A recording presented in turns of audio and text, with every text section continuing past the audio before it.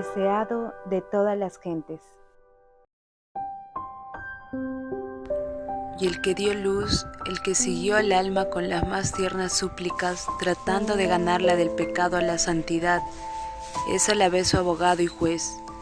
Desde el principio de la gran controversia en el cielo, Satanás ha sostenido su causa por medio del engaño, y Cristo ha estado obrando para desenmascarar sus planes y quebrantar su poder. El que hizo frente al engañador y a través de todos los siglos procuró arrebatar cautivos de su dominio, es quien pronunciará el juicio sobre cada alma. Y Dios le ha dado potestad de ejecutar juicio, por cuanto Él es Hijo del Hombre, porque gustó las mismas heces de la aflicción y tentación humana, y comprende las debilidades y los pecados de los hombres, porque en nuestro favor resistió victoriosamente las tentaciones de Satanás, y tratará justa y tiernamente con las almas por cuya salvación fue derramada su sangre. Por todo esto, el Hijo del Hombre ha sido designado para ejecutar el juicio. Pero la misión de Cristo no era juzgar, sino salvar. No envió Dios a su Hijo al mundo para que condene al mundo, mas para que el mundo sea salvo por él. Y delante del Sanedrín, Jesús declaró: el que oye mi palabra y cree al que me ha enviado, tiene vida eterna, y no vendrá a condenación, mas pasó de muerte a vida.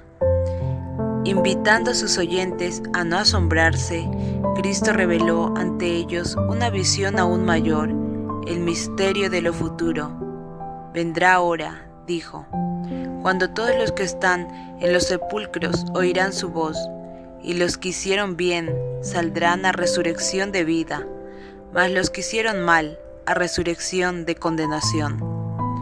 Esta seguridad de la vida futura era lo que durante tanto tiempo Israel había esperado recibir cuando viniera el Mesías. Resplandecía sobre ellos la única luz que puede iluminar la lobreguez de la tumba, pero la obstinación es ciega. Jesús había violado las tradiciones de los rabinos y despreciado su autoridad, y ellos no querían creer. El tiempo, el lugar, la ocasión, la intensidad de los sentimientos que dominaban a la asamblea. Todo se combinaba para hacer más impresionantes las palabras de Jesús ante el Sanedrín. Las más altas autoridades religiosas de la nación procuraban matar a aquel que se declaraba restaurador de Israel. El Señor del sábado había sido emplazado ante un tribunal terrenal para responder a la acusación de violar la ley del sábado. Cuando declaró tan intrépidamente su misión, sus jueces le miraron con asombro e ira, pero sus palabras eran incontestables. No podían condenarle. Negó a los sacerdotes y rabinos el derecho a interrogarle o a interrumpir su obra. No habían sido investidos con esa autoridad.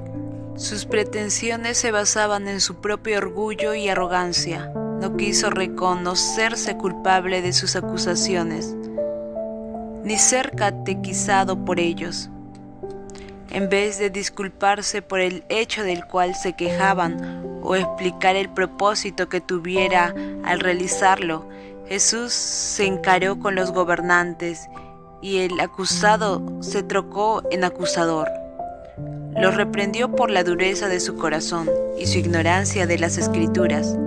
Declaró que habían rechazado la palabra de Dios, puesto que habían rechazado a aquel a quien Dios había enviado.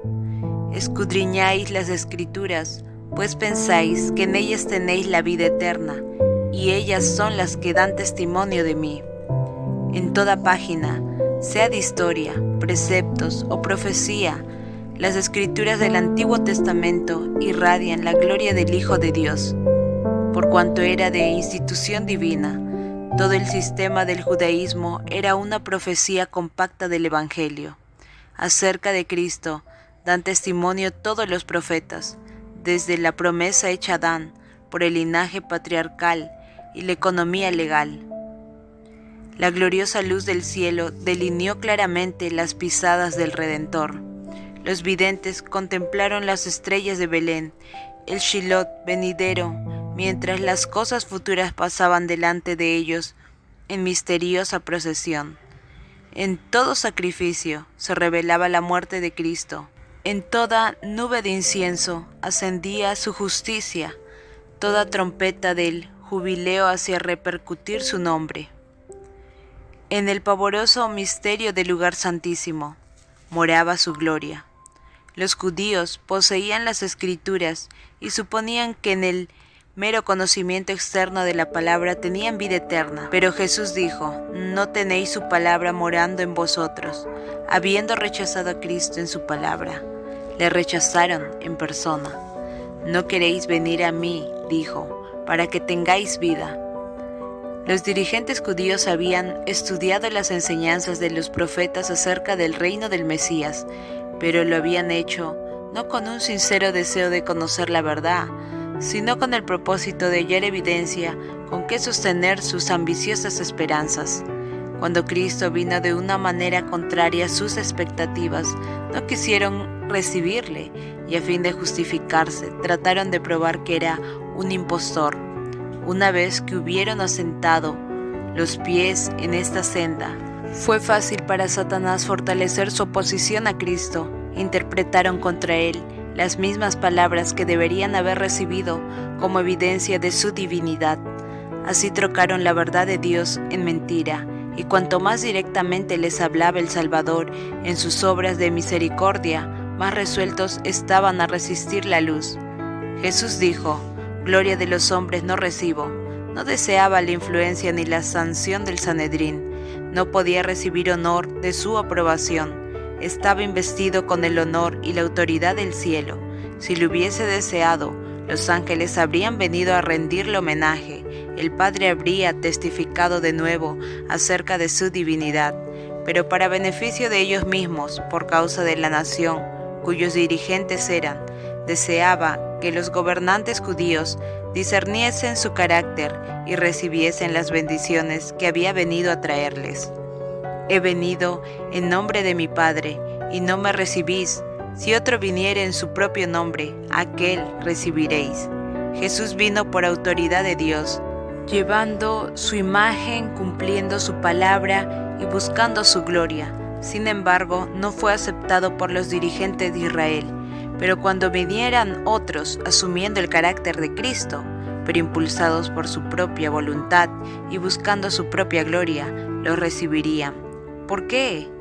Porque el que busca su propia gloria apela al deseo de exaltación propia en los demás, y a una incitación tal, los judíos podían responder: recibirían al falso maestro porque adularía su orgullo sancionando sus caras opiniones y tradiciones. Pero la enseñanza de Cristo no coincidía con sus ideas, era espiritual y exigía el sacrificio del yo. Por lo tanto, no querían recibirla, no conocían a Dios, y para ellos su voz, expresada por medio de Cristo, era la voz de un extraño. ¿No se repite el caso hoy?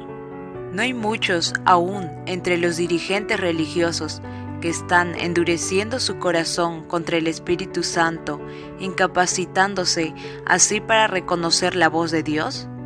¿No están rechazando la palabra de Dios a fin de conservar sus tradiciones? Si vosotros creyeseis a Moisés, dijo Jesús, creerían en mí, porque de mí escribió él, y así sus escritos no creéis. ¿Cómo creeréis a mis palabras? Fue Cristo quien habló a Israel por medio de Moisés. Si hubieran escuchado la voz divina que les hablaba por medio de su gran caudillo, la habrían reconocido en las enseñanzas de Cristo. Si hubiesen creído a Moisés, habrían creído en aquel de quien escribió Moisés. Jesús sabía que los sacerdotes y rabinos estaban resueltos a quitarle la vida, pero les explicó claramente su unidad con el Padre y su relación con el mundo. Vieron que la oposición que le hacían era inexcusable, pero su odio homicida no se aplacó. El temor se apoderó de ellos al presenciar el poder convincente que acompañaba su ministerio, pero resistieron sus llamamientos y se encerraron en las tinieblas. habían fracasado señaladamente en su subvertir la autoridad de Jesús o enajenarle el respeto y la atención del pueblo, de entre el cual muchos se habían convencido por sus palabras. Los gobernantes mismos habían sentido profunda convicción mientras había hecho pesar su culpa sobre su conciencia, pero esto no hizo sino amargarlos aún más contra él. Estaban resueltos a quitarle la vida. Enviaron mensajeros por todo el país para amonestar a la gente contra Jesús como impostor. Mandaron espías para que lo vigilasen e informasen de lo que decía y hacía. El precioso Salvador estaba ahora muy ciertamente bajo la sombra de la cruz.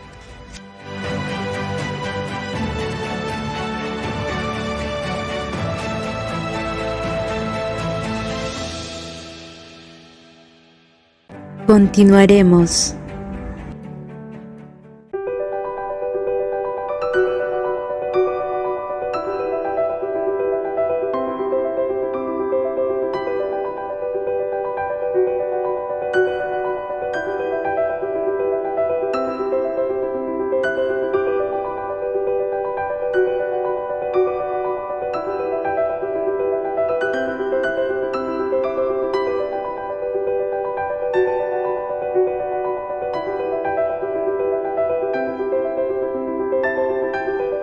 El deseado de todas las gentes.